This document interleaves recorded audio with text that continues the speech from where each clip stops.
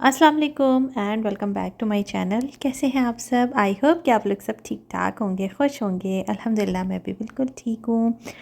अच्छा जी, आज जो है मैं बड़े रिलैक्स्ड होकर सुकून से काम कर रही थी, स्ट्रेस फ्री होकर, क्योंकि आज मुझे कुछ भी कुकिंग नहीं करनी थी। जिस दिन कुकिंग करनी होती है उस दिन एक ही स्ट्रेस रहता है कि आज क्या पकेगा, आज क्या पकेगा, खाने में क्या बनाऊँगी। और लेकिन आज माशाल्लाह से फ्रिज में इतना सारा लेफ़्ट ओवर रखा हुआ था, तो फिर मैंने कहा कि चलो अब मैं अपने काम सुकून से करती हूँ। बच्चे पे भी लेट सो के उठेंगे, तो बच्चों को फिर मैं एक इकट्ठा ही खाना नाश्ता एक साथ ही करा दूँगी। और बस अभी वो लोग सो रहे हैं। तो फिर मैंने जल्दी से पहले अपना बेड बनाया और अपने पहले काम निपटाए। मैंने भी यही कहा कि मैं 2 बार अब नहीं खाऊँगी खाना नाश्ता या कुछ भी। तो मैं उठ गई थी सुबह 11 बजे तक उठी थी। और इसके बाद जो है मैंने अपने काम स्टार्ट कर दिए। फिर ज़ोहर का टाइम हो गया, ज़ोहर की नमाज़ पढ़ी। फिर मैंने जो है वो लेट खाया पिया। तो बस अभी जो है वो मैं बिस्तर वग़ैरह अपना बना के उसके बाद मैंने ये लॉन्ड्री की थी। तो ये मैंने 2 दिन की लॉन्ड्री थी ये मेरी। एक मैंने 8 मुहर्रम वाले दिन की थी। फिर उस दिन कपड़े जो ड्राई हुए थे वो फ़ोल्ड कर ऐसे ही रख दिए थे बास्केट में करके। और फिर उसके बाद मैंने ये कल रात को लॉन्ड्री की है।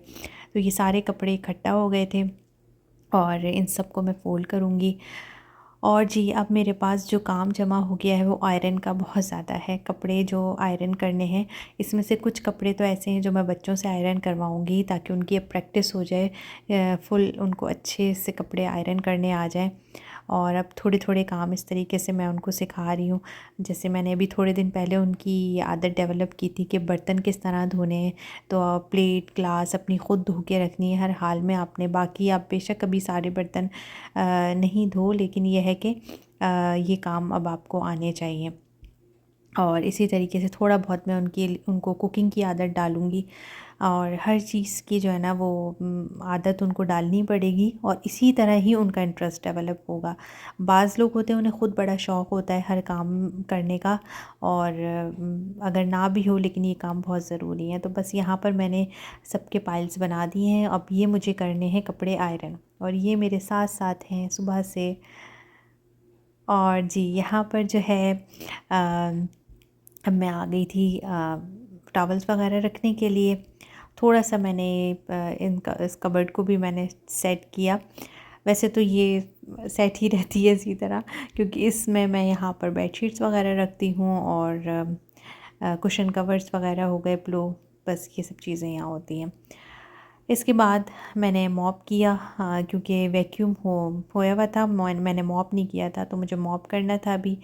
और ये मज़ेदार सा हैंडी सा मॉप है, बड़े आसानी से हो जाता है। तो इसको करते हुए तो मुझे बिल्कुल भी स्ट्रेस नहीं लग रहा होता। बड़े आराम से मैं जल्दी से उठाती हूँ और फटाफट जो है वो पूरे घर में मॉप कर लेती हूँ।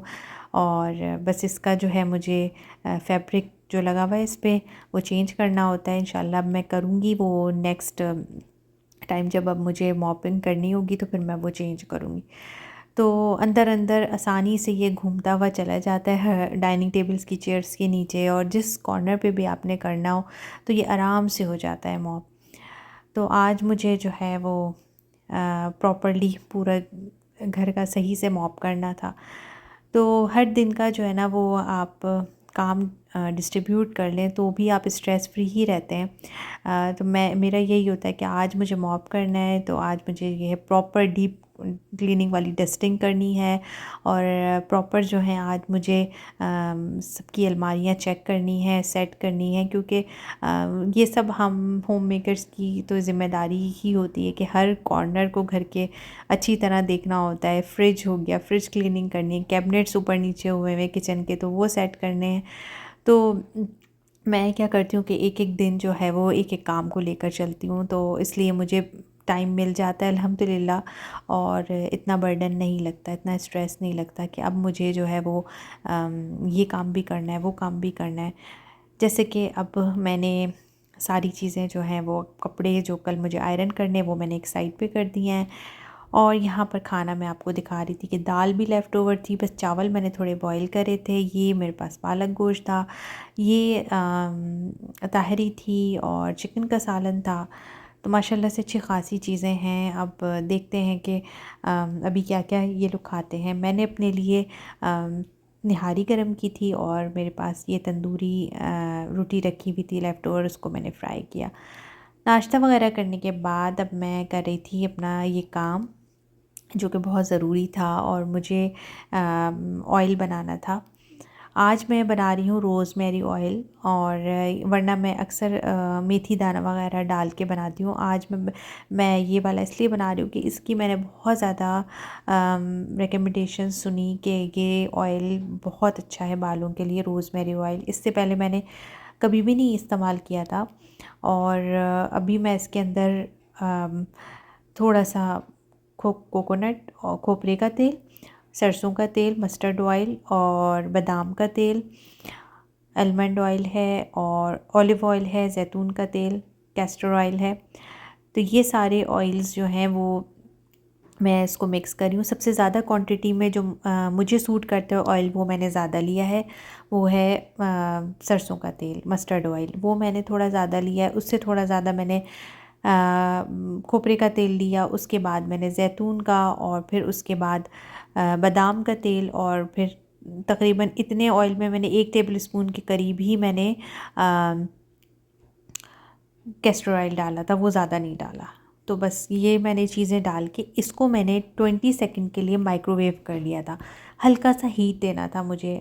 तो आप चाहें तो इसको अपने चूल्हे पे भी कर सकते हैं, लेकिन इसको ये है कि बहुत ज़्यादा पकाना नहीं है, और बस इसमें हीट थोड़ी सी आ जाए तो फिर इसके अंदर आपने रोज़मेरी डाल देनी है।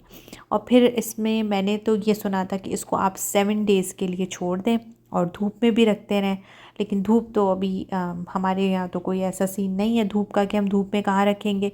तो मैं तो इसको ऐसे ही बना के रख के छोड़ दूँगी, और फिर इंशाल्लाह इसको यूज़ करूँगी।